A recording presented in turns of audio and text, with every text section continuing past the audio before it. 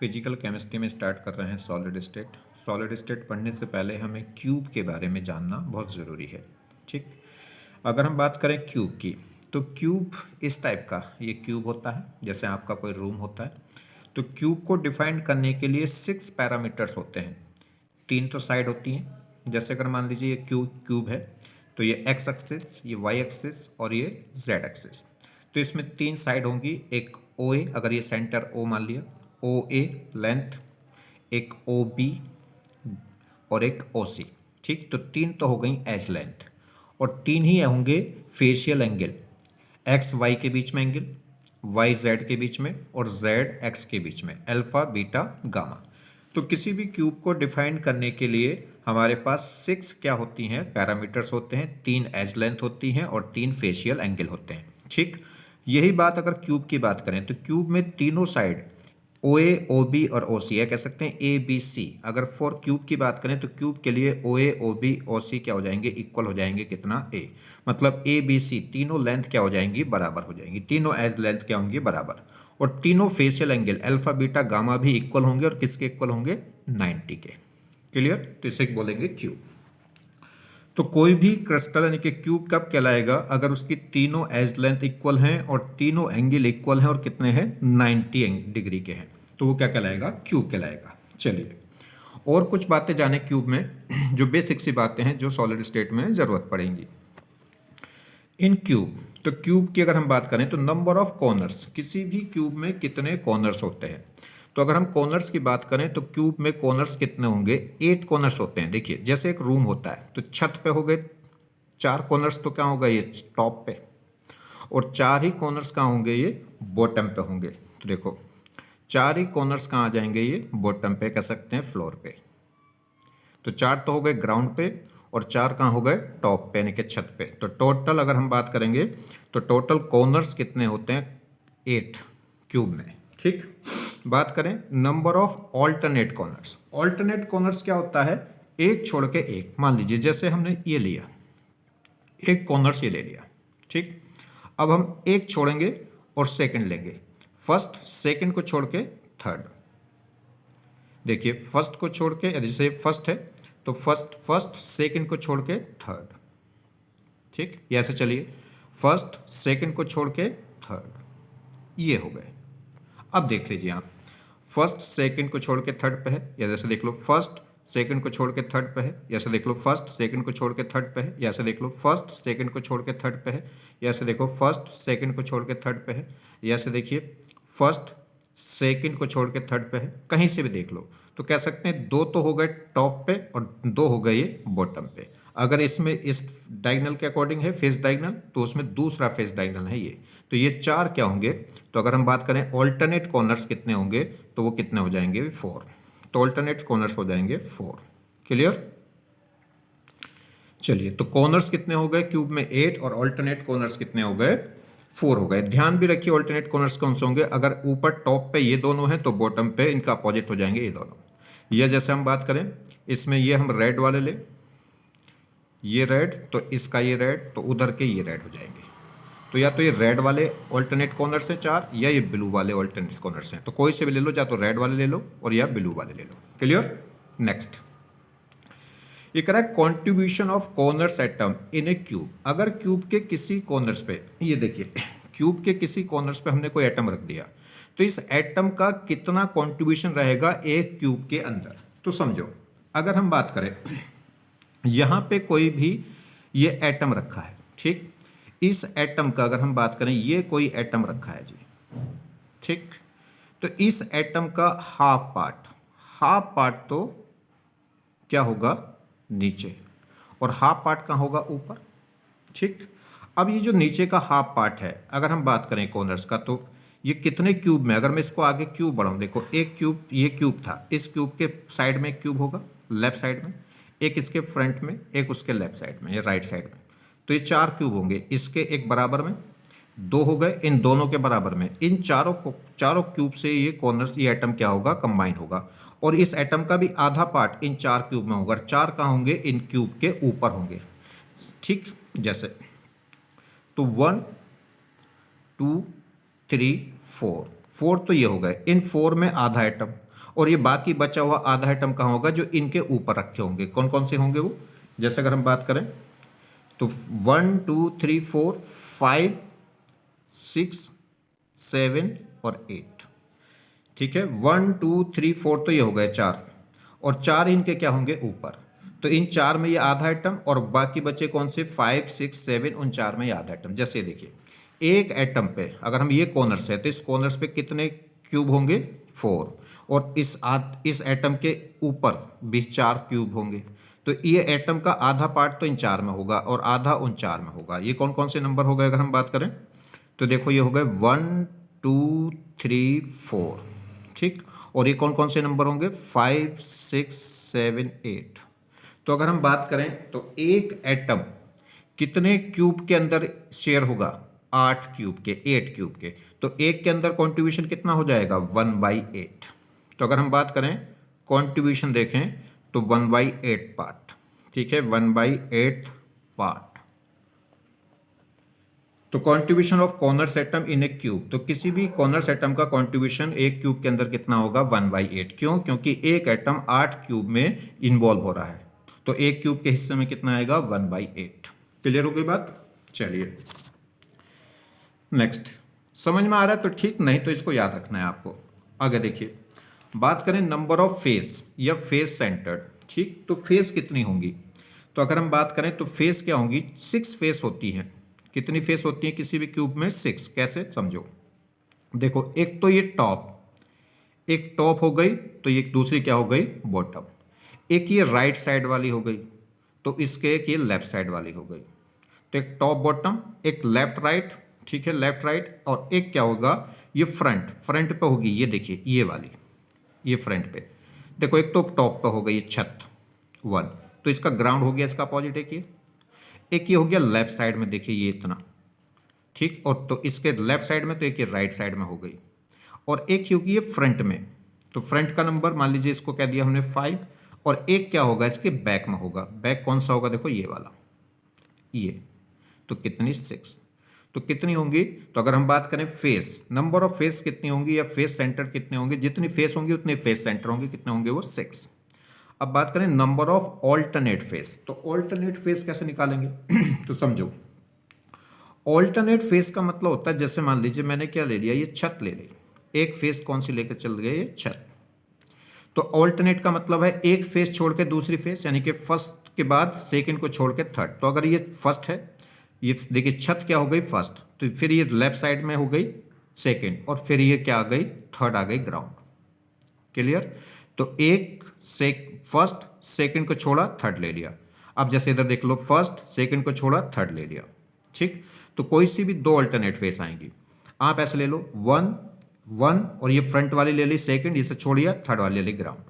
तो कोई सी भी ले लीजिए, कोई भी आमने सामने वाली 2 फेस क्या कहलाएंगी, वो ऑल्टरनेट फेस कहलाएंगी। तो ऑल्टरनेट फेस अगर हम बात करें तो वो कितनी होती हैं 2। तो टोटल फेस होंगी 6, मगर ऑल्टरनेट फेस क्या होंगी 2, कोई सी भी 2 आमने सामने वाली। चाहे आप इनको ले सकते हो, ये रेड वाली, तो इसके सामने रेड आ जाएगा ये, ठीक है।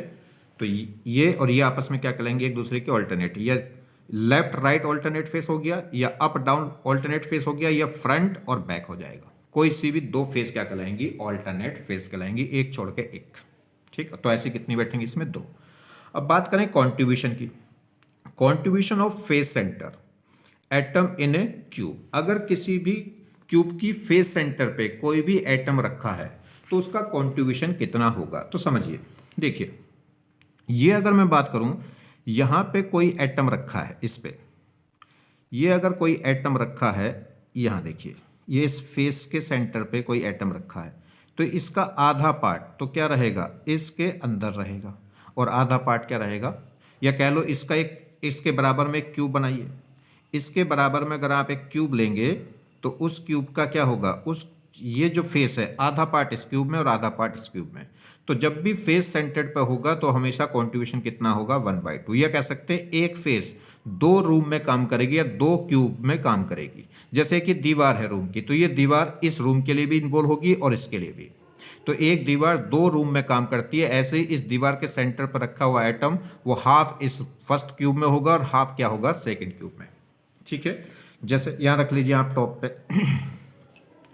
अगर आप इसके टॉप पे कोई एटम रख लेंगे तो इस एटम का आधा पार्ट तो क्या होगा, इस क्यूब के अंदर होगा और आधा कहाँ होगा, बाहर। इस पर रख लीजिए आप, तो इसका आधा पार्ट तो क्या होगा, इस क्यूब के अंदर होगा और आधा क्या होगा, बाहर होगा। तो हमेशा फेस सेंटर एटम का कॉन्ट्रीब्यूशन कितना होता है, 1, या कह सकते हैं एक फेस 2 क्यूब में काम करती है या 2 क्यूब में इन्वॉल्व होती है, तो इसका कॉन्ट्रीब्यूशन कितना रहेगा, 1/2। Clear. Next, number of edge या एज सेंटर। तो देखिए एज क्या होती हैं, जो कॉर्नर्स को आपस में मिलाती हैं। तो अगर हम एज की बात करेंगे तो देखिए 4 एज तो ये होंगी ऊपर, 1 2 3 4, 1 2 3 4, ठीक। 4 ही यहाँ पे होंगी फेस पे, देखिए 1 2 3 4, और 4 ही क्या होंगी, इनको आपस में मिलाने वाली, ये 1, फिर ये 2, फिर ये 3 और फिर ये 4। तो 4 तो टॉप पे हो गई, 4 ही बॉटम पे हो गई, और 4 ही क्या होंगी, इनको टॉप और बॉटम को मिलाने वाली। तो टोटल अगर हम बात करेंगे तो टोटल एज कितनी होती हैं, 12। एक क्यूब के अंदर एज कितनी होंगी, 12, और एज सेंटर भी कितना होगा, 12 होगा, क्योंकि हर एक एज में एक ही सेंटर होगा, ठीक। दूसरा, नंबर ऑफ ऑल्टरनेट एज। अगर हम ऑल्टरनेट एज की बात करें तो ऑल्टरनेट एज समझिए। देखो ऑल्टरनेट एज समझने के लिए क्या करते हैं, हम दूसरा एक क्यूब बना लेते हैं। ये देखिए यहां हमने ये एक क्यूब लिया, अब इसमें हम ऑल्टरनेट एज पता करते हैं। टोटल एज तो हो गई 12। ऑल्टरनेट एज का मतलब है एक छोड़ के एक। मान लीजिए हम इस वाले एज को लेते हैं, देखो ये ग्रीन कलर का कर दिया मैंने इसको, ठीक। अब ये फर्स्ट हो गई तो सेकंड को छोड़ के थर्ड, ये देखिए, ठीक। अब फर्स्ट को छोड़, देखिए फर्स्ट सेकंड को छोड़ के थर्ड, ये ऐसे ले लो, फर्स्ट सेकंड को छोड़ के ये थर्ड हो गई, ठीक। ये ऐसे देख लो, फर्स्ट सेकंड को छोड़ के ये वाली थर्ड हो गई। तो देखिए कितनी ऑल्टरनेट फेस आ गई, 4। देखो 1 सेकंड छोड़ी थर्ड पे आ गया, 1 सेकंड छोड़ी थर्ड पे आ गया, 1, ऐसे देखो 1 सेकंड छोड़ी थर्ड पे आ गया, 1 सेकंड को छोड़ा थर्ड पे आ गया, 1 सेकंड को छोड़ा थर्ड पे आ गया, ये 1 सेकंड को छोड़ा थर्ड पे आ गई। तो कितनी ऑल्टरनेट फेस होंगी, 4। और ये भी आप देख रहे हैं जैसे ऑल्टरनेट कॉर्नर्स थे वैसे ही ऑल्टरनेट फेस हैं। अगर ये टॉप पे क्या है, अगर देखिए अगर ये टॉप पे क्या है, एक्स, मान लीजिए एक्स एक्सिस में है, तो इसमें किस में है, ये वाई एक्सिस में। अगर इसमें ये दोनों हैं तो उसमें ये दोनों हैं। यह देख लो, अगर ये वाली आप लोगे रेड वाली तो इसकी ऑल्टरनेट ये हो गई, और इन दोनों की ऑल्टरनेट फेयर क्या हो जाएंगी, वो ये हो जाएंगी, ये और ये, या तो रेड रेड वाली ले लो या ग्रीन ग्रीन वाली ले लो। तो ऑल्टरनेट फेस कितनी होंगी, ऑल्टरनेट एज कितनी होंगी, 4। क्लियर। अब बात करें कॉन्ट्रीब्यूशन ऑफ एज या एज सेंटर। एज के सेंटर पे जो एटम रखा होगा उसका कॉन्ट्रीब्यूशन कितना होगा, तो समझो अगर हम बात करें इस एज की, तो देखिए एज कितने कॉर्नर्स पे कितने क्यूब में यूज होगी। तो एक एज की अगर मैं बात करूं तो देखिए एक तो क्यूब क्या होगा इसका, इधर एक क्यूब क्या होंगे ये, और एक ये। तो अगर कोई भी एज की मैं बात करूं, ये एज है मान लीजिए, तो इसके एक बराबर में होगा, ठीक, और एक इनके इसके ऊपर और एक इसके ऊपर। एक तो इसके ऊपर क्यूब हो जाएगा, देखो ये ऐसे बनेगा, और एक इसके ऊपर क्यूब होगा। तो ये जो एज है इस वाले क्यूब में होगी, जो इसके साइड में होगा ये वाला क्यूब। ये जो एज है इसमें होगी, इसमें होगी, और 2 ही इनके ऊपर होंगे। तो टोटल कितने में यूज होगी, 4 में। तो एक एज 4 क्यूब में यूज होगी। देखो एक इसमें, एक इसका जो बराबर वाला है, और 2 ही इन दोनों के ऊपर रखे होंगे। तो ये जो एज है कितने क्यूब में यूज होगी, 4 में। तो इसका कॉन्ट्रीब्यूशन कितना आएगा, 1/4। तो कॉर्नर्स कितने हो गए, 8। ऑल्टरनेट कॉर्नर्स कितने हो गए, 4। और कॉर्नर्स एटम का कॉन्ट्रीब्यूशन कितना हो गया, 1/8। फेस कितनी हो गई, 6। फेस ऑल्टरनेट फेस कितनी हो गई, 2। फेस सेंटर पे रखे हुए एटम का कॉन्ट्रीब्यूशन कितना हो गया, 1/2। एज कितनी हो गई किसी भी क्यूब में, 12। ऑल्टरनेट एज कितनी हो गई, 4। और एज का कॉन्ट्रीब्यूशन कितना हो गया, 1/4। आपको ये समझ आता है तो ठीक, नहीं तो आपको ये याद रखना है, ठीक है। चलिए नेक्स्ट देखें, एज लेंथ ऑफ क्यूब। तो क्यूब की एज लेंथ, इसमें 3 टाइप की एज होती हैं, लेंथ, विड्थ और हाइट। और क्यूब है तो क्या होगा, सेम होगा। वो एज लेंथ हम कितनी मान के चल रहे हैं, ए। तो ए और ए, तो एज लेंथ कितनी होगी, ए। फेस डायगोनल, फेस डायगोनल क्या होता है, देखिए ये हमारे पास क्या है, एक फेस ले लिया मैंने छत, ये तो एक छत वाली फेस ले ली मैंने। तो फेस डायगोनल पे अगर हम बात करें तो फेस डायगोनल, फेस डायगोनल क्या होगा, ये डायगोनल कहलाएगा फेस डायगोनल। एक ये और एक ये क्या हो गए, 2 फेस डायगोनल होते हैं।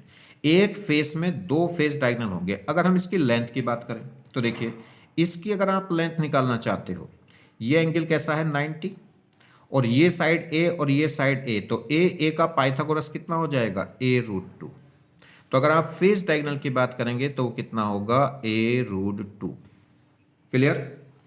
फेस डायगोनल की जो लेंथ है, नंबर ऑफ फेस डायगोनल, अच्छा एक मिनट, एज लेंथ हो गई ए, नंबर ऑफ फेस डायगोनल, तो नंबर ऑफ फेस डायगोनल तो कितना हो गया बेटा, एक कितनी फेस होती हैं हमारे पास, 6 फेस होती हैं, और एक फेस में कितने डायगोनल आ रहे हैं, 2। तो 6 फेस हैं और एक फेस में 2 फेस डायगोनल आ रहे हैं, तो टोटल फेस डायगोनल कितने हो गए, 12। लेंथ ऑफ फेस डायगोनल तो वो हमने देख लिया, फेस डायगोनल की लेंथ कितनी है, ये हमारे पास एक फेस हो गई ग्राउंड, इसमें ये साइड ए और ये साइड ए, और ये एंगल क्या होता है 90। तो क्योंकि क्यूब में सारे साइड बराबर होती हैं और सारे एंगल क्या होते हैं 90, तो ये पाइथागोरस से निकल जाएगा। अगर ये ए है और ये ए है तो कितना हो जाएगा, a√2। तो फेस डायगोनल की लेंथ कितनी होगी, a√2, और टोटल फेस कितने होंगे, टोटल फेस डायगोनल कितने होंगे 12, क्योंकि टोटल फेस होंगी 6 और एक फेस में कितने फेस डायगोनल आ रहे हैं, 2। Number of body diagonal, body diagonal क्या होता है, बॉडी डायगोनल ये होता है, ये देखिए उधर के लेफ्ट टॉप कोने से डाउन के राइट कोने से, ठीक है, उधर का लेफ्ट, इसका अगर टॉप का लेफ्ट तो डाउन का राइट, ये पूरा क्या कहलाएगा, बॉडी डायगोनल। ठीक, ऐसे कितने, इस देखिए 1 का 1 2 3 4, ऐसे नीचे नंबर दे दीजिए आप, ये हो गया 5 6 7 8, तो 1 का 7 से, ऐसे 2 का किस्सा आ जाएगा 8 से, ऐसे 4 का किस्सा आ जाएगा 6 से, और 3 का किस्सा आ जाएगा 5 से। तो ऊपर चारों एटमों का, नीचे वाले अपोजिट चारों एटमों से जो डायगोनल बनेगा वो कहलाएगा बॉडी डायगोनल। तो बॉडी डायगोनल कितने होंगे, 4 होंगे। ठीक, चलिए लेंथ ऑफ बॉडी डायगोनल, तो अगर मान लीजिए आप इसकी लेंथ निकालना चाहते हैं यहाँ से लेके यहाँ तक, तो देखो ये साइड कितनी थी, अगर हम बात करें ये साइड कितनी है a, और ये साइड भी कितनी है a, और ये ऊपर टॉप वाली साइड भी कितनी है a। तो अगर a और a, इनके बीच में ये भी एंगल 90 है, ये एंगल भी 90 है, और ये एंगल भी 90 है, तो a 3 साइड आ गई a, और तीनों के बीच में एंगल कितना है 90। तो आप पाइथागोरस लगा सकते हैं, तो a का स्क्वायर का रूट, तो ये कितना हो जाएगा, a√3। तो बॉडी डायगोनल की जो लेंथ होगी वो कितनी होगी, a√3, और कितने होंगे वो 4। और एक तरीका समझिए, अगर ये a है और ये a है, तो देखो ये डिस्टेंस अभी हमने फेस डायगोनल निकाला था, ये कितना होगा जी, ये होगा a√2, और ये एंगल 90 है, तो a और a√2 का पाइथागोरस ले लो, तो वो कितना हो जाएगा, a√3। ऐसे भी निकाल सकते हो, नहीं तो आप वेक्टर फॉर्म ले लो, ai aj और ak, और वेक्टर का अगर कोई ऐसा वेक्टर, अगर पोजीशन वेक्टर निकालें इसका डायगोनल का, तो ai aj ak, और उसका मैग्नीट्यूड निकालेंगे तो a√3 आएगा।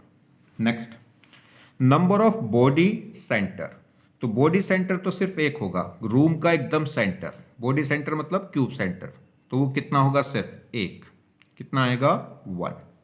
और ये क्या होगा, इसके एकदम इन होगा, ये क्या होगा, इनसाइड क्यूब के अंदर होगा, तो कॉन्ट्रीब्यूशन क्या रहेगा इसका 1, 100% ये क्या होगा, इनसाइड। तो कॉन्ट्रीब्यूशन ऑफ बॉडी सेंटर कितना होगा, 1 होगा। ठीक, क्योंकि वो 100% क्या है, इनसाइड है। नेक्स्ट, और छोटी मोटी कुछ बातें पूछी जा सकती हैं, जैसे वो कह ले दो एडजेक्शन एज, एक ये और एक ये, दो एडजेक्शन एज के बीच के सेंटर की डिस्टेंस, यानी कि दो जो एडजेक्शन एज हैं इनके बीच की मिनिमम डिस्टेंस, तो वो क्या होगी ये, तो देखो ये पूरा कितना था a, तो ये कितना बचा a/2, और ये भी कितना बचा a/2, क्योंकि मिडिल है भाई, टोटल लेंथ ये a है, तो इसका मिडिल क्या हो गया a/2, और ये भी a/2, और ये एंगल कैसा है 90। तो a/2 का अगर हम पाइथागोरस लेंगे तो कितना हो जाएगा a/2√2, तो वो कितना आ जाएगा a/√2। तो दो एडजेसेंट एज के बीच की डिस्टेंस कितनी होगी a/√2। ऐसे पूछ सकता है दो एडजेसेंट जो फेस हैं उनके सेंटर के बीच की डिस्टेंस। तो देखो ये डिस्टेंस कितनी होगी, ये यहां से लेकर यहां तक कितनी होती है a, यहां से यहां तक a, तो ये कितनी बची a/2। ऐसे यहां से लेकर यहां तक ये कितनी a, तो ये कितनी बची a/2। ठीक, तो अब ये डिस्टेंस हमें निकालनी है, ये डिस्टेंस। तो ये एंगल कैसा है 90। तो a/2 का फिर पाइथागोरस, तो ये साइड कितनी आ जाएगी a/2 का √2, तो वो कितना हो जाएगा a/√2। तो दो एडजेक्शन फेज के सेंटर के बीच की मिनिमम डिस्टेंस कितनी होती है a/√2। ऐसे ही एच की भी कितनी आ गई a/√2। इस तरीके से आप इन्हें कर सकते हैं। ठीक है, चलिए, तो क्यूब में हमने क्या क्या पढ़ लिया, कुछ बातें मैं फिर एक बार बता देता हूं। तो अगर हम बात करें इन क्यूब, तो क्यूब में ये तो एक तो पता है कि ए बी सी तीनों साइड इक्वल होंगी, और अल्फा बीटा और गामा तीनों एंगल इक्वल होंगे, और कितने होंगे 90 होंगे। दूसरा, कॉर्नर्स की अगर हम बात करें तो इसमें कॉर्नर्स कितने होंगे 8। अगर हम बात करें ऑल्टरनेट कॉर्नर्स की, ऑल्टरनेट कॉर्नर्स इसमें कितने होंगे 4। अगर हम बात करें कॉन्ट्रीब्यूशन की, किसके कॉन्ट्रीब्यूशन, तो कॉर्नर्स एटम का जो कॉन्ट्रीब्यूशन है वो कितना आ गया 1/8। फेस की बात करें तो फेस कितने होंगे 6। अगर ऑल्टरनेट फेस की बात करें तो वो कितने होंगे 2, और कॉन्ट्रीब्यूशन कितना होता है 1/2। एज की बात करें तो एज कितनी होंगी 12, ऑल्टरनेट एज की बात करें तो 4, और कॉन्ट्रीब्यूशन कितना आता है 1/4। ठीक, अगर हम बात करें बॉडी या बॉडी सेंटर की, तो बॉडी सेंटर 1 होता है, और कॉन्ट्रीब्यूशन भी उसका कितना होता है 1 होता है। ठीक, जैसे अगर हम बात करें फेस डायगोनल, तो फेस डायगोनल कितने होते हैं 6 फेस होती हैं, और एक फेस में 2 डायगोनल आते हैं, तो फेस डायगोनल कितने होंगे 12। और इनकी लेंथ की बात करें तो ये कितनी होगी a√2, a√2 उनकी लेंथ होगी। अगर हम बात करें बॉडी डायगोनल की, तो बॉडी डायगोनल कितने होते हैं 4, टॉप के एक कॉर्नर से अपोजिट का डाउन वाला कॉर्नर्स, और उसकी लेंथ कितनी होती है अगर हम बात करें तो a√3। ठीक, तो एज लेंथ होगी a, फेस डायगोनल होगा a√2, और बॉडी डायगोनल की लेंथ होगी a√3। फेस डायगोनल कितने होंगे 12, और बॉडी डायगोनल कितने होंगे 4। ये कुछ बातें हैं जो आपको क्यूब में ध्यान रखनी है। चलिए जी, तो सॉलिड स्टेट में हमें पढ़ना है सॉलिड के बारे में। सॉलिड में भी मोस्टली हमें पढ़ना है क्रिस्टलाइन सॉलिड। तो देखिए, टाइप ऑफ सॉलिड की अगर हम बात करें तो 2 टाइप के सॉलिड हैं, एक क्रिस्टलाइन सॉलिड और एक अमोर्फियस सॉलिड। क्रिस्टलाइन सॉलिड क्या होता है, जिनमें कंस्टिट्यूएंट्स पार्टिकल एक रेगुलर पैटर्न में अरेंज हैं, एक रेगुलर पैटर्न में क्या हो अरेंज हो, एक सिस्टमेटिकली क्या है अरेंज हो। अगर कंस्टिट्यूएंट्स पार्टिकल एक रेगुलर फैशन में, एक रेगुलर पैटर्न में, एक सिस्टमेटिकली पैटर्न में क्या है अरेंज है, तो वो कहलाता है क्रिस्टलाइन सॉलिड। और अगर एमोर्फियस सॉलिड में क्या होगा कि जो कंस्टिट्यूएंट्स पार्टिकल हैं वो इरेगुलर शेप में होंगे, या कह सकते हैं उनकी जो ज्योमेट्री है वो इरेगुलर होगी, वो रैंडमली होगी, रैंडमली न्यू ही बखेर दिए। ठीक, जैसे आप करते हैं खेत में बीज बोते हैं, अगर वो एक सिस्टमेटिकली आप बीज बो रहे हैं तो वो कहलाएगा क्रिस्टलाइन, और अगर आपने क्या है बीज को ऐसे ही बखेर दिया खेत में तो वो क्या कहलाएगा अमोर्फियस। तो इसमें क्या होगा डेफिनेट क्लस्टर्स यानी कि कैरेक्टरिस्टिक्स ज्योमेट्रिकल शेप, इसमें क्या होगी जो ज्योमेट्रिकल शेप है वो एकदम डेफिनेट होगी, जबकि इसमें जो ज्योमेट्रिकल शेप है वो इरेगुलर शेप होगी। They do not have a definite geometrical shape, इसमें कोई डेफिनेट ज्योमेट्रिकल शेप नहीं होगी, रैंडमली। ठीक, कंस्टिट्यूएंट्स पार्टिकल मतलब वे पार्टिकल जिनसे सॉलिड मिलकर बना हुआ है, वो एटम भी हो सकता है, मॉलिक्यूल्स भी हो सकता है, पॉजिटिव नेगेटिव आयंस भी हो सकते हैं।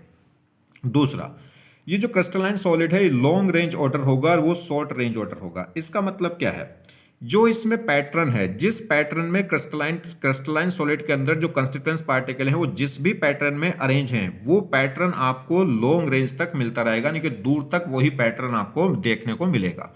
मगर इसमें अगर कोई आप पैटर्न छांट भी लेते हैं, वैसे इसमें कोई रेगुलर पैटर्न होता नहीं। अगर कोई रेगुलर पैटर्न आप देख भी लेते हैं तो वो रेगुलर पैटर्न थोड़ी बहुत दूर के लिए ही मिलेगा आपको, फिर कोई नया पैटर्न शुरू हो जाएगा, फिर जो नया पैटर्न शुरू होगा सेकंड वो भी कुछ दूर चलेगा, फिर थर्ड पैटर्न शुरू हो जाएगा। मतलब कोई रैंडमली होगा, कोई आप छोटा मोटा कोई पैटर्न देख भी सकते हैं तो वो छोटी दूर के लिए ही, यानी कि शॉर्ट रेंज के लिए ही एग्जिस्ट करेगा, लंबी रेंज के लिए वो एग्जिस्ट नहीं करेगा। समझ में आ गई बात? तो लॉन्ग रेंज और शॉर्ट रेंज का मतलब क्या है, इसमें जो भी पैटर्न चल रहा है वो लॉन्ग रेंज तक रहेगा वही पैटर्न, और इसमें कोई भी जो पैटर्न है वो छोटी छोटी रेंज के लिए मिलेगा और थोड़ी दूर के बाद वो पैटर्न बदल जाएगा, कुछ और नए पैटर्न से क्या हो जाएंगे, एटम पाए जाएंगे, मतलब वो रैंडमली होते हैं। Next, they have sharp melting point, इनका मेल्टिंग पॉइंट एकदम शार्प होता है, जबकि इधर का जो मेल्टिंग पॉइंट है वो ओवर ए रेंज होता है, वो शार्प नहीं होता। मतलब क्या है समझो, जैसे कोई क्रिस्टलाइन सॉलिड है उसका मेल्टिंग पॉइंट मान लीजिए 150 डिग्री सेंटीग्रेड है, 150 डिग्री सेंटीग्रेड है, तो अगर आप 149 डिग्री सेंटीग्रेड पे भी लाएंगे तो वो मेल्ट नहीं होगा। जैसे आप 150 पे लाओगे तभी क्या होगा, वो मेल्ट होगा। अगर उससे 1 डिग्री भी कम है तब भी वो मेल्ट नहीं होगा। मगर इसमें क्या है, अब इसका कोई भी फिक्स मेल्टिंग पॉइंट नहीं है कि 150 डिग्री, इसे जैसे आप हीट करोगे तो क्या होगा, हल्का सा हीट करोगे तो हल्का सा सॉफ्ट हो जाएगा, और हीट करोगे और सॉफ्ट हो जाएगा, और हीट करोगे मेल्ट होना शुरू हो जाएगा।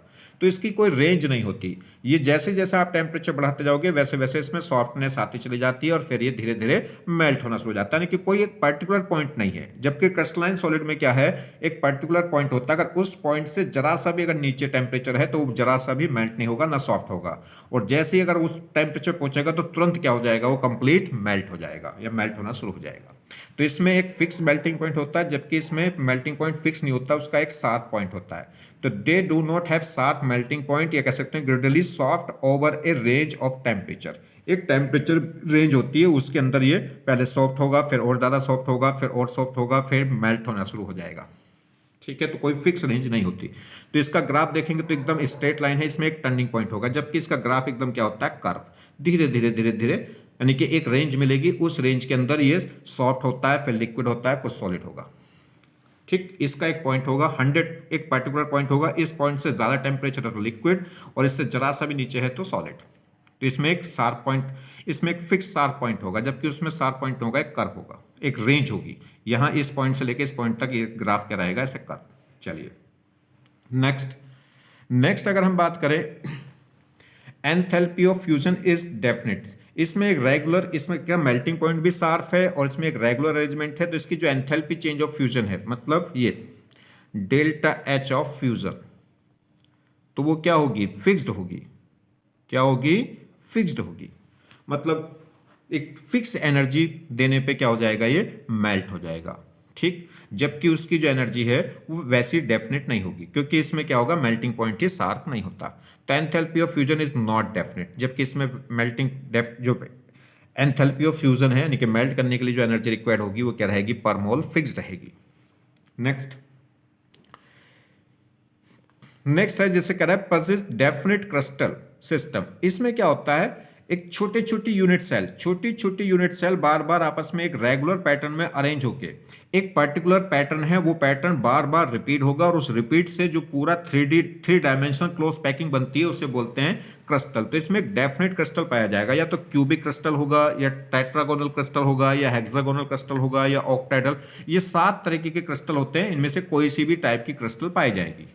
मगर इसमें कोई भी रेगुलर अरेंजमेंट होता ही नहीं, इसमें एक रैंडम अरेंजमेंट होता है, तो इसमें कोई भी रिपीटेशन नहीं होगा किसी भी यूनिट सेल का, या कह सकते हैं कोई भी जो पैटर्न आपको कहीं दिखाई दे रहा है तो वो पैटर्न लॉन्ग रेंज तक फॉलो नहीं रहेगा। तो इसमें कोई भी क्रिस्टल सिस्टम नहीं पाया जाता। ठीक, तो ये इसमें क्रिस्टल सिस्टम बनते हैं, इसमें कोई भी क्रिस्टल सिस्टम नहीं होगा, ना ही कोई यूनिट सेल होगी। तो crystal system absent, no regular repetition unit, इसमें कोई भी रेगुलर पैटर्न, कोई भी एक पैटर्न बार बार रिपीट नहीं होगा, जबकि उसमें एक पैटर्न बार बार रिपीट होगा, जिसकी वजह से एक क्रिस्टल सिस्टम पाया जाएगा। दूसरा ये कह रहा है दे आर ट्रू सॉलिड। देखिए सॉलिड का मतलब क्या होता है कि कोई भी सब्सटेंस की सॉलिड स्टेट कहलाएगी अगर उसके एलिमेंट का, उसके कंस्टिट्यूएंट्स पार्टिकलों का मूवमेंट एकदम 100% क्या है, 0 है। ठीक, तो इसमें क्या होगा, इसके जो क्रिस्टलाइन सॉलिड होते हैं इनमें कंस्टिट्यूएंट्स पार्टिकलों का जो मूवमेंट है वो एकदम 0 होता है। अगर हम बात करें अमोर्फियस सॉलिड में, तो अमोर्फियस सॉलिड में जो कंस्टिट्यूएंट्स पार्टिकल हैं इनका मोशन भी 0 होता है, मगर अगर हम देखें बहुत बारीकी से तो एक स्लाइटली मोशन होता है, इनमें डाउनवर्ड एक स्लाइटली मोशन होता है जो बहुत धीमा होता है। ऐसा तो नहीं कि आप आंखों से देख के उसको पहचान सके। जैसे हमारे पास क्या है कि अगर इनका जो मोशन आपको देखना तो आपको 10 साल 20 साल में भी दिखाई नहीं देगा, 50 60 70 सालों में क्या होगा, इसमें हल्का सा मोशन आपको दिखाई देगा। जैसे अगर हम बात करें स्यूडो सॉलिड की, तो ग्लास है, रबर है, या फिर हम कह सकते हैं प्लास्टिक है, ये क्या होते हैं, स्यूडो सॉलिड होते हैं। तो इनमें अगर आप देखें बड़ी बड़ी जो बिल्डिंग होती हैं उनमें बड़े बड़े कांच लगाए जाते हैं, ठीक। तो बड़े बड़े कांच इसलिए लगाए जाते हैं जो ऊंची ऊंची बिल्डिंग है कि उनमें खिड़कियां वो जिससे वो खुल ना सकें। आदमी बाहर झांकना चाहता है तो बाहर झांक सकता है, मगर वो गर्दन निकाल के बाहर नहीं कर सकता, ठीक। और गर्दन बाहर नहीं निकालेगा तो गिरेगा भी नहीं। तो इसलिए क्या करे जाते हैं, वहां पे सीमेंट की दीवार की बजाय क्या है, बड़े बड़े स्ट्रॉन्ग कांच लगाए जाते हैं जिससे आदमी बाहर झांक सके, मगर बाहर देख सके मगर झांक ना सके, मतलब गर्दन बाहर ना निकाल सके, ठीक। आप उन बिल्डिंगों के जब कांच को देखेंगे, जब वो बहुत पुरानी हो जाएगी, अगर 60 70 80 साल की हो जाएगी, तो उसमें क्या होगा, जो कांच है, जो बड़े बड़े कांच लगे हैं, वो टॉप पॉइंट पे क्या हो जाएंगे, थिन हो जाएंगे, और बॉटम पॉइंट पे क्या हो जाएंगे, थिक। यानी कि कांच के जो मॉलिक्यूल्स हैं, पार्टिकल्स हैं, कंस्टिट्यूएंट्स पार्टिकल, उनमें एक डाउनवर्ड फ्लो होता है स्लोली, और वो इतना स्लो होता है कि आप उसको पकड़ नहीं सकते। वो 10-20 साल में तो आपको दिखाई भी नहीं देगा, मगर क्या होगा, एक स्लो डाउनवर्ड मोशन होता है जो बहुत स्लो होता है। यानी कि कह सकते हैं 100% इनके पार्टिकलों का मोशन जीरो नहीं होता, एक डाउनवर्ड स्लो मोशन होता है, बहुत ज्यादा स्लो, ठीक। तो इसलिए इन्हें क्या बोलते हैं, इन्हें स्यूडो सॉलिड बोल देते हैं, या सुपर कोल्ड लिक्विड भी कुछ लोग बोल देते हैं, ठीक। तो ये ट्रू सॉलिड है क्योंकि इनके पार्टिकलों का मोशन कभी भी, इनमें कोई भी मोशन नहीं होता, मगर उसमें स्लो डाउन मोशन होता है, ठीक है, जिसकी वजह से वो स्यूडो सॉलिड कहलाते हैं, ट्रू सॉलिड नहीं कहलाते हैं, सुपर कोल्ड लिक्विड कहलाते हैं।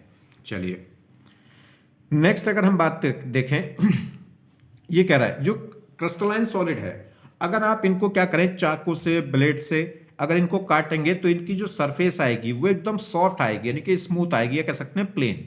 मगर जो अमोर्फस सॉलिड है, जब आप इनको काटोगे किसी भी चाकू से या ब्लेड से, तो क्या होगा, इसमें जो कट आएगा, इसमें जो प्लेन आएगा, वो जो सरफेस आएगी वो प्लेन नहीं होगी, वो स्मूथ नहीं होगी, वो रफ होगी, यानी कि खुदड़ी होगी। जैसे आप रबर को या प्लास्टिक को काट के देखो तो क्या होगा उसमें, या कांच को, कांच जब टूट जाता है तो क्या होता है, इसलिए बड़े संभाल के उसे उठाते हैं। रीजन क्या है, क्योंकि इसकी जो सरफेस जनरेट हुई है वो सरफेस क्या होंगी, स्मूथ नहीं होंगी, वो रफ होंगी, और रफ होंगी तो हाथ में चुभ सकती हैं, हाथ में क्या कर सकती हैं, हाथ को रेड कर सकती हैं। रेड क्यों होगा वो आप समझ रहे होंगे, ब्लड निकल जाएगा, ठीक है। तो इसी तरीके से अगर आप क्या करें, जैसे आपके पास आप क्या करते हैं, किसी भी रबर को या प्लास्टिक को आप काट के देखोगे तो उसमें जो कट करने के बाद जो सरफेस जनरेट होगी वो सरफेस क्या होगी, स्मूथ नहीं होगी। तो ये स्मूथ कट नहीं देते हैं, जबकि अमोर्फस सॉलिड, क्रिस्टलाइन सॉलिड क्या देंगे, एकदम स्मूथ सरफेस क्रिएट करते हैं नए कट के बाद।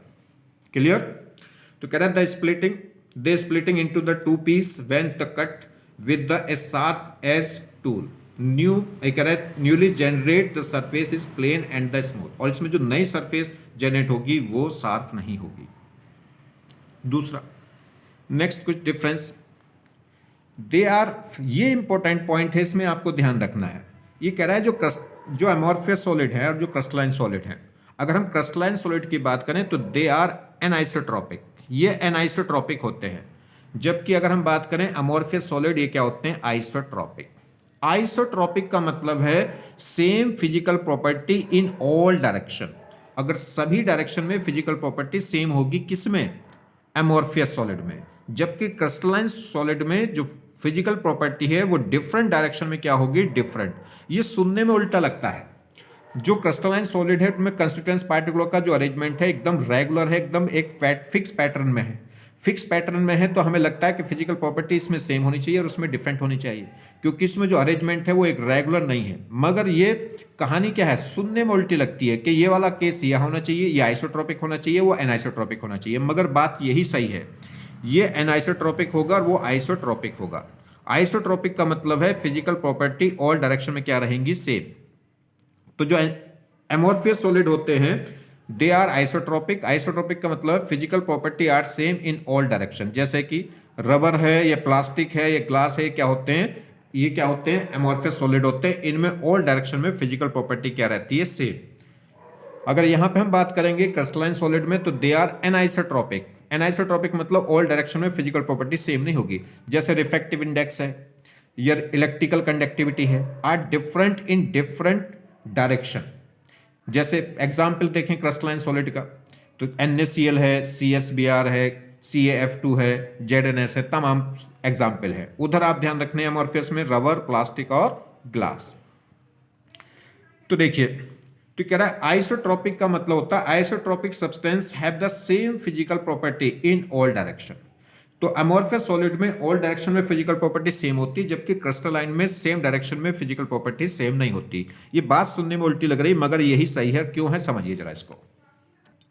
देखिए, अगर हम बात करें क्रिस्टलाइन सॉलिड की, तो क्रिस्टलाइन सॉलिड में जो कंस्टिट्यूएंट्स पार्टिकल हैं वो एक रेगुलर पैटर्न में अरेंज होते चले जाएंगे। उनमें एक फैशन मिलेगा, एक सिस्टमेटिकली पैटर्न होगा, एक सिस्टमेटिकली अरेंजमेंट होगा कंस्टिट्यूएंट्स पार्टिकल का। जैसे ये देख लीजिए, एक रेगुलर पैटर्न इसमें मिलता चला जाए लॉन्ग रेंज तक। तो इसलिए क्या कहलाते हैं, लॉन्ग रेंज ऑर्डर कहलाते हैं। कौन, क्रिस्टलाइन सॉलिड, क्योंकि इनमें एक जो पैटर्न है वो क्या होगा, एक सिस्टमेटिकली जो पैटर्न है वो एक लॉन्ग रेंज तक वही मिलता चला जाएगा। ठीक, तो सिस्टमेटिकली पैटर्न मिलेगा किसमें, क्रिस्टलाइन सॉलिड में, और इसलिए क्या कहलाता है वो लॉन्ग रेंज ऑर्डर। और ये जो सिस्टमेटिकली पैटर्न है लॉन्ग रेंज तक मिलता है, इसलिए लॉन्ग रेंज ऑर्डर सॉलिड इसको बोलते हैं। अगर हम बात करें किसी भी अमोर्फियस सॉलिड की, तो अमोर्फियस सॉलिड में जो पार्टिकल्स कंस्टिट्यूएंट्स पार्टिकल है इसी रैंडमली बखेर दिए गए, ये रैंडमली है, रैंडमली अरेंज कर दिए गए, कोई इनमें रेगुलर पैटर्न नहीं है। अब इनमें रैंडमली रखने के बाद अब इनमें अगर कोई पैटर्न छांट के देखें तो ये एक पैटर्न बन रहा है। वो पैटर्न जरूरी नहीं है कि आगे कंटिन्यू करे, वो बदल भी सकता है। देखो यहां फिर बदल गया, वो सेम भी रह सकता है, बदल भी सकता है। तो ये क्या कहलाता है, शॉर्ट रेंज ऑर्डर। अगर कोई पैटर्न आपको मिलेगा भी कंटिन्यूअस, तो वो थोड़ी बहुत दूर के लिए मिलेगा, वापस फिर क्या हो जाएगा, जैसे यहां मिला, यहां मिला, यहां मिला, यहां कैंसिल हो गया। तो ये शॉर्ट रेंज ऑर्डर होता है, वो एक रेगुलर पैटर्न लॉन्ग रेंज तक नहीं चलेगा। इसलिए अमोर्फियस सॉलिड को क्या बोलते हैं, शॉर्ट रेंज ऑर्डर। यानी कि जो भी एक पर्टिकुलर एक पैटर्न अगर आपको उसमें मिलेगा तो वो लॉन्ग रेंज तक नहीं मिलेगा, मतलब ये रैंडमली अरेंज होते हैं, इनमें कोई भी रेगुलर फैशन नहीं होता। तो कंस्टिट्यूएंट्स जो पार्टिकल हैं वो रैंडमली अरेंज होंगे। ठीक, जैसे अब बात करते हैं, मैंने आपको कहा था कि जो क्रिस्टलाइन सॉलिड हैं, जो क्रिस्टलाइन सॉलिड है उनमें ऑल डायरेक्शन में फिजिकल प्रॉपर्टी सेम नहीं होती है, मतलब ये एनाइसोट्रॉपिक होते हैं। ठीक, तो जब इसमें रेगुलर अरेंजमेंट है पार्टिकलों का, तो हमें लग रहा है कि फिजिकल प्रॉपर्टी सब डायरेक्शन में सेम होनी चाहिए, मगर सेम नहीं होगी। देखिए, ये एक रेगुलर पैटर्न मान लीजिए मैंने ले लिया, ये क्यूब है, इस क्यूब के कॉर्नर्स पे क्या है, एटम है, और एक इसके क्यूब के बॉडी सेंटर पे यानी कि क्यूब सेंटर पे एक एटम है। तो मैंने एक रेगुलर पैटर्न लिया जिसमें क्या हो गया, जिसमें मैंने एटम कहाँ लिए हैं, कॉर्नर्स पे लिए हैं क्यूब के। देखो आठों के आठों कॉर्नर्स पे ले लिए और एक बॉडी सेंटर पे। अब इस टाइप का क्यूब ऊपर भी होगा और एक नीचे भी होगा। अगर मैं इस लाइन के थ्रू चलूं, इस डायरेक्शन के थ्रू चलूं, तो इस डायरेक्शन में कुछ जिस डिस्टेंस के बाद एक पार्टिकल पड़ेगा, इधर एक पार्टिकल पड़ेगा। मगर अगर मैं यही डायरेक्शन, अगर मैं इस डायरेक्शन में चलूं, तो इस डायरेक्शन में इस एटम के बाद दूसरा एटम क्या पड़ेगा, इस क्यूब के ऊपर जो क्यूब पड़ा होगा उसके सेंटर पर जाके मिलेगा। तो इस लाइन पे चलने पे एटम हमें पहले मिल रहा है, जबकि इस लाइन पे जाने पे ज्यादा डिस्टेंस के बाद एटम मिल रहा है। तो कहने का मतलब इस लाइन की प्रॉपर्टी और इस लाइन की प्रॉपर्टी सेम नहीं होगी। एटम तो इस पे भी मिल रहा है और उस पे भी मिल रहा है, मगर इस पे नजदीक मिल रहा है और उस पे दूर मिल रहा है, तो प्रॉपर्टी क्या हो जाएगी, चेंज हो जाएगी। और समझो, जैसे यहां देख लो, मान लो ये मैंने क्या है, क्रिस्टलाइन सॉलिड लिया, इसमें जो एटम है कंस्टिट्यूएंट्स पार्टिकल, वो उसका मैंने एक रेगुलर पैटर्न लिया है। मान लीजिए सिर्फ क्यूब के कॉर्नर्स पे एटम रखे हैं मैंने। तो अगर मैं इस लाइन पे चलूंगा तो इस पे दो एटम पड़ गए इस लाइन पे, और मैं इस वर्टिकल लाइन पे चलूंगा तो इस पे कोई एटम ही नहीं आएगा कभी भी। इस ऊपर क्यूब रखा होगा, उसके ऊपर क्यूब रखा होगा, इसके नीचे क्यूब रखा होगा, तो इस अगर मैं सेंटर से कोई लाइन पास करूं इस क्यूब के, तो इस पे तो कोई एटम आएगा ही नहीं, जबकि इस पे एटम आ जाएंगे। तो इस लाइन पे चलना अलग बात है और इस लाइन पे चलना अलग बात है। तो इस लाइन पे फिजिकल प्रॉपर्टी कुछ और होगी, इस लाइन पे फिजिकल प्रॉपर्टी कुछ और होगी। तो देखो प्रॉपर्टी बदल गई, किसमें, रेगुलर पैटर्न की वजह से। यानी कि एक क्रिस्टलाइन सॉलिड में ऑल डायरेक्शन में फिजिकल प्रॉपर्टी सेम नहीं होगी। इस ब्लैक लाइन पे प्रॉपर्टी कुछ और होगी और इस ब्लू लाइन पे प्रॉपर्टी कुछ और होगी। और समझो, जैसे यहां से समझ में आ जाना चाहिए, मान लो ये कोई केक है, इस केक पे हमने क्या कर दिया, ये जेली सजा के रख दी है। इस टाइप से एक रेगुलर पैटर्न में हमने क्या रख दी, जेली रख दी। देखो एक रेगुलर पैटर्न इसमें बनता दिखाई दे रहा है। तो बच्चों को कहा कि ठीक है बच्चों केक ले लो, बच्चों के हाथ में खुद क्या कर दिया, एक चाकू दे दिया जिससे उसने इस केक को काट लिया। एक पहला बच्चा आया, वो ये लाइन काट कर ले गया, ये 4 जेली ले गया। दूसरा बच्चा आया, ये ले गया। तीसरा बच्चा ये ले आ गया। 3 बच्चों ने क्या कर दी, पूरे केक की क्या कर दें है, पूरे केक की जेली क्या कर दें, गायब कर दें। अब जो बचा हुआ केक रह गया उसमें कहीं भी जेली नहीं आएगी।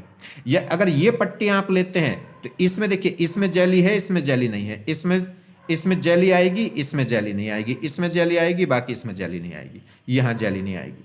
तो कहीं पे जेली आ रही है, कहीं पे नहीं आ रही। इसका मतलब दो लाइनें ऐसी आ रही हैं, यानी कि एक लाइन ऐसी आ रही है जिसमें जेली है और एक लाइन ऐसी आ रही है जिसमें जेली नहीं है। तो इसकी प्रॉपर्टी और इसकी प्रॉपर्टी सेम नहीं हो सकती। जबकि अगर हमने क्या कर दिया, ये केक लिया और इस केक पे रैंडमली हमने क्या कर दिया, रैंडमली जेली बखेर दी है। कोई केक रेगुलर पैटर्न में रखी थी यहाँ, तो यहाँ रेगुलर पैटर्न में नहीं रखी, हमने ऐसी रैंडमली बखेर दी। तो आप कहीं से भी काटो, कोई सी भी लाइन से काटो, जेली आएगी ही आएगी उसमें। तो इसमें क्या होगा, ऑल डायरेक्शन में, चाहे इस डायरेक्शन में काट लो, चाहे इस डायरेक्शन में काट लो, चाहे इस डायरेक्शन में काट लो, आप किसी भी डायरेक्शन में काट लीजिए, जेली आएगी भी और रहेगी भी वापस। तो हर हिस्से में क्या हो जाएगी, जेली हो जाएगी। इसका मतलब ऑल डायरेक्शन में फिजिकल प्रॉपर्टी क्या हो गई, सेम। किसमें, अमॉर्फियस सॉलिड। तो ये अमॉर्फियस सॉलिड था क्योंकि इसमें कंस्टिट्यूएंट्स पार्टिकल हमने एक रैंडमली बखेर दिए थे और इसमें एक रेगुलर पैटर्न लिया था। और समझो, जैसे यहां हमने क्या किया, क्रिस्टलाइन सॉलिड है तो इसमें एक रेगुलर पैटर्न लिया है। अगर आप इसमें लाइन देखें, देखिए ये लाइन ड्रॉ करते हैं तो इसमें जेली नहीं है और इस वाली लाइन में जेली आ गई, इसमें फिर जेली नहीं आई, इसमें फिर जेली आ गई, इसमें फिर जेली नहीं आई, इसमें फिर जेली आ गई, और इस लाइन पे फिर जेली नहीं है और इस लाइन पे फिर जेली है। तो इस लाइन की प्रॉपर्टी और इस लाइन की प्रॉपर्टी अलग अलग होगी। इसमें रैंडमली बखेर दिया, कोई पैटर्न नहीं है, तो आप कोई सी भी लाइन पर देखिए, हर एक लाइन पे क्या आ रही है, जेली आएगी। तो हर एक लाइन की प्रॉपर्टी, हर ऑल डायरेक्शन की फिजिकल प्रॉपर्टी क्या हो जाएगी, सेम। तो ये क्रिस्टलाइन सॉलिड हो गया जिसमें एक रेगुलर पैटर्न है, जिसमें ऑल डायरेक्शन में फिजिकल प्रॉपर्टी सेम नहीं पाई जाती, तो इसलिए इसे बोलते हैं एनाइसोट्रॉपिक। और ये अमॉर्फियस सॉलिड है जिसमें कंस्टिट्यूएंट्स पार्टिकल रैंडमली बखेर दिए गए हैं, तो इसमें क्या होगा, ऑल डायरेक्शन में फिजिकल प्रॉपर्टी सेम आती है, इसलिए क्या कहलाता है, आइसोट्रॉपिक। क्लियर। देखिए टाइप ऑफ क्रिस्टलाइन सॉलिड, ये एक थ्योरेटिकल पोर्शन है और ये वैसे भी जब आप इनऑर्गेनिक पढ़ेंगे तो इनऑर्गेनिक में डिटेल इसकी आएगी, ठीक है। तो यहाँ पे इसका कोई पढ़ाने का कोई ऐसा कोई खास वो नहीं है, मोटिव नहीं है, और ये सब रटने वाली बातें हैं। और जब इनऑर्गेनिक में आएगी तो इनकी डिटेल आएगी, तो इनऑर्गेनिक में ही पढ़ाएंगे। मुझे यहाँ पढ़ाना भी नहीं था, मगर क्या है, बस मैंने लिख दिया है। आप इसको और अच्छे से पढ़ना चाहते हो तो एनसीईआरटी में ये दिया हुआ है, एनसीईआरटी से वहाँ आप इसको रीडिंग कर सकते हैं, ठीक है। एक बार एनसीईआरटी से रीडिंग जरूर कर लेना, फिर भी थोड़ा थोड़ा सा मैं बता देता हूँ। बाकी आप जब इनऑर्गेनिक पढ़ेंगे तो उसमें बहुत अच्छे से आएगा सारी चीज़ें। तो टाइप ऑफ क्रिस्टलाइन सॉलिड की अगर हम बात करें तो क्रिस्टलाइन का जो टाइप है वो dividing on the nature of basic particle and let force holding them. ये कह रहा है कि जो क्रिस्टलाइन पार्टिकल, क्रिस्टलाइन सॉलिड है, उनकी जो डिस्ट्रीब्यूशन है, उनका डिवाइडेशन है, वो किसके बेसिस पे हुआ है, intermolecular force of attraction. Molecules के या पार्टिकलों के बीच में जो फोर्स ऑफ अट्रैक्शन है उसके बेसिस पे। और फोर्स ऑफ अट्रैक्शन डिपेंड करेगी उनकी बेसिक, जो पार्टिकल है, बेसिक नेचर, पार्टिकल की बेसिक नेचर पर डिपेंड करेगी उनके बीच में फोर्स ऑफ अट्रैक्शन क्या है। तो कुल मिला के अगर हम बात करें तो क्रिस्टलाइन सॉलिड का जो डिवाइडेशन हुआ है, जो टाइप क्रिएट हुए हैं, वो किसकी वजह से हुआ है, मॉलिक्यूल के बीच में जो इंटरमोलिकुलर फोर्स ऑफ अट्रैक्शन है। तो इंटरमोलिकुलर फोर्स ऑफ अट्रैक्शन के बेसिस पे क्या है, इनका डिवाइडेशन हुआ है। और intermolecular force of attraction different different कब आएगा, वो डिपेंड करेगा बेसिक नेचर ऑफ पार्टिकल्स, ठीक है। तो देखिए चार टाइप की अगर हम बात करें तो क्रिस्टलाइन सॉलिड है। तो टाइप ऑफ क्रिस्टलाइन सॉलिड, फिर ये कंस्टिट्यूएंट्स पार्टिकल जो उसमें यूज इन्वॉल्व हो रहे हैं, और बॉन्डिंग या कह सकते हैं फोर्स ऑफ अट्रैक्शन, और ये एग्जाम्पल है उनके, और ये फिजिकल नेचर, और ये इलेक्ट्रिकल कंडक्टिविटी कैसी है। तो पहला मोलिकुलर सॉलिड। मोलिकुलर सॉलिड में फर्दर तीन कैटेगरी है, नॉन पोलर, पोलर और हाइड्रोजन बॉन्डिंग। ये आप डिटेल में पढ़ोगे इनऑर्गेनिक में। अगर हम बात करें कंस्टिट्यूएंट्स पार्टिकल की, तो नॉन पोलर हो या पोलर हो या हाइड्रोजन बॉन्डिंग हो, सभी में कंस्टिट्यूएंट्स पार्टिकल कौन होंगे, मॉलिक्यूल्स।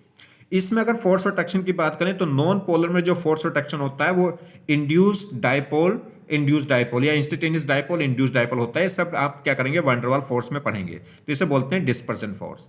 ये पोलर है तो पोलर में क्या होगा, डाइपोल डाइपोल, तो dipole dipole interaction force. Hydrogen bonded, hydrogen जो बॉन्डेड मॉलिक्यूल होंगे उनमें हाइड्रोजन बॉन्ड की फोर्स अट्रैक्शन होगी।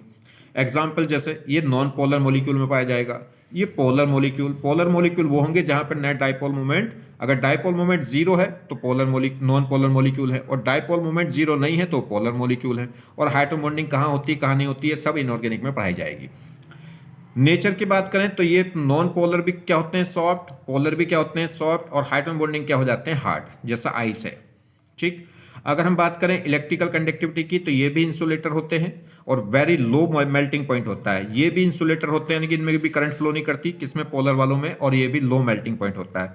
हाइड्रोजन बॉन्डिंग वालों की बात करें तो ये भी क्या, ये हार्ड होते हैं मगर, और इनका भी मेल्टिंग पॉइंट क्या होता है, लो होता है, और इंसुलेटर होते हैं, ये भी कंडक्टिंग नहीं होते, करंट फ्लो नहीं करेंगे। चलिए नेक्स्ट बात करें जैसे आयनिक सॉलिड, तो आयनिक सॉलिड में जो कंस्टिट्यूएंट्स पार्टिकल होंगे वो पॉजिटिव नेगेटिव आयंस होंगे, यानी कि आयंस, और इनमें जो फोर्स ऑफ अट्रैक्शन होगा वो coulombic force of electrostatic force, coulombic force कह सकते हैं, या इलेक्ट्रोस्टैटिक, कोलम्बिक इलेक्ट्रोस्टैटिक फोर्स, ठीक है। एग्जाम्पल जैसे NaCl, ZnS, MgO, CF2, ये सब आप क्या पढ़ेंगे इनऑर्गेनिक में, कौन आयनिक है कौन कोवलेंट है। हार्ड भी हो सकते हैं, हार्ड होते हैं मगर ब्रिटल होते हैं।